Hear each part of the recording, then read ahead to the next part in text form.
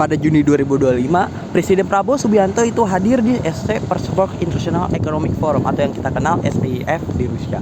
Jadi kehadirannya jadi simbol langkah diplomasi ekonomi Indonesia di panggung global. Dalam forum bertema Share Value of the Foundation Group in Multipolar World, Prabowo menegaskan posisi Indonesia sebagai negara bebas dan aktif yang siap bekerjasama dengan semua pihak demi kemandirian pangan, energi, dan pembangunan nasional, teman-teman. The St. Petersburg Forum 25. And it's not because I did not respect the G7. It's because I gave my commitment to attend this forum before they invited me. Indonesia, by tradition, always non-aligned.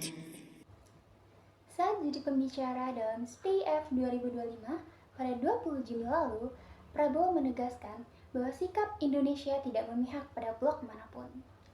Yap, betul sekali. Beliau menegaskan kalau kebijakan luar negeri Indonesia tetap pada non-blok. Artinya, kita tidak ikut dengan kubu barat dan juga tidak tunduk dengan kubu timur.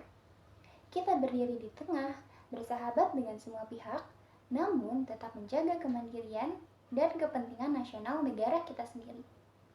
Beliau menyebutkan prinsip 1000 teman terlalu sedikit, satu musuh terlalu banyak. Kalimat itu menunjukkan kalau Indonesia lebih memilih membangun jembatan dibanding saling berkonflik. Indonesia berkomitmen untuk terus berperan aktif dalam menciptakan perdamaian, serta kerjasama dalam global.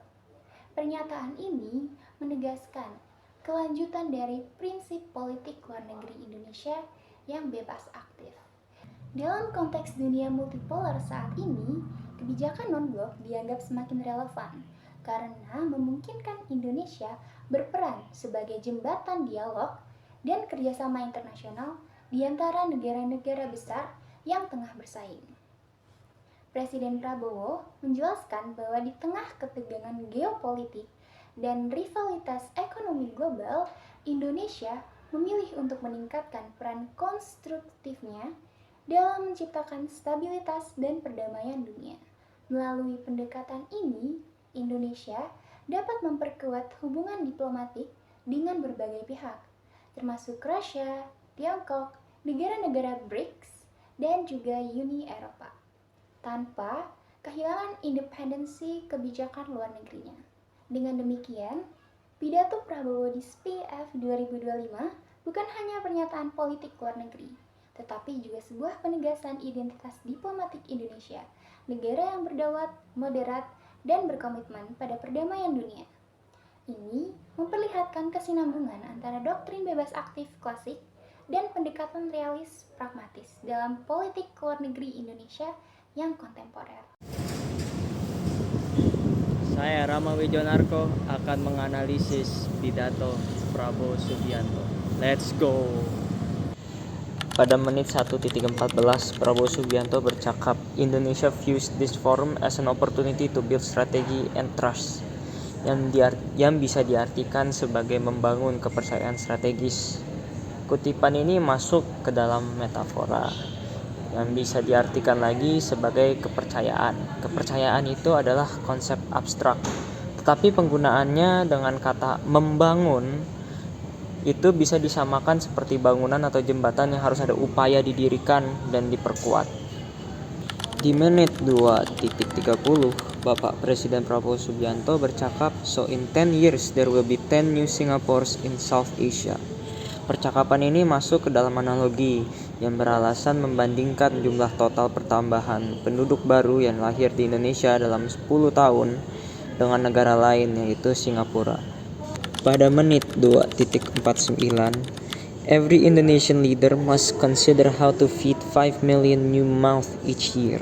Kutipan ini masuk dengan metafora dikarenakan menggunakan kata mulut untuk mewakili orang atau penduduk.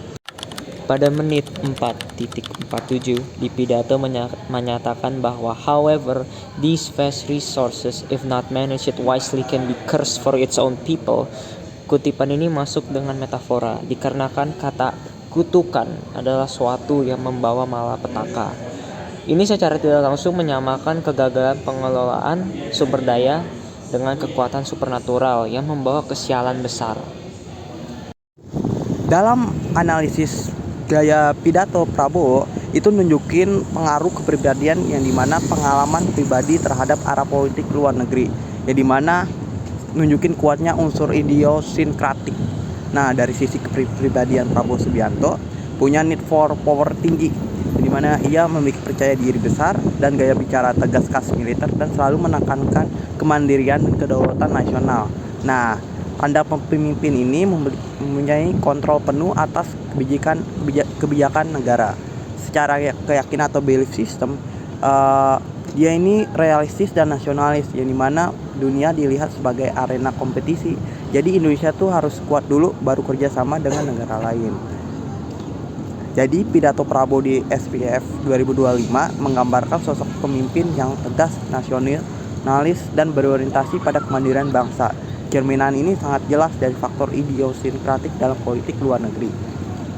Nah, secara keseluruhan pidato Prabowo ini menunjukkan sosok Prabowo sebagai pemimpin yang realistis, tegas, dan berorientasi pada kebaikan rakyat, sekaligus memperkuat citra Indonesia sebagai negara aktif, non-blok, dan terbuka untuk kolaborasi internasional.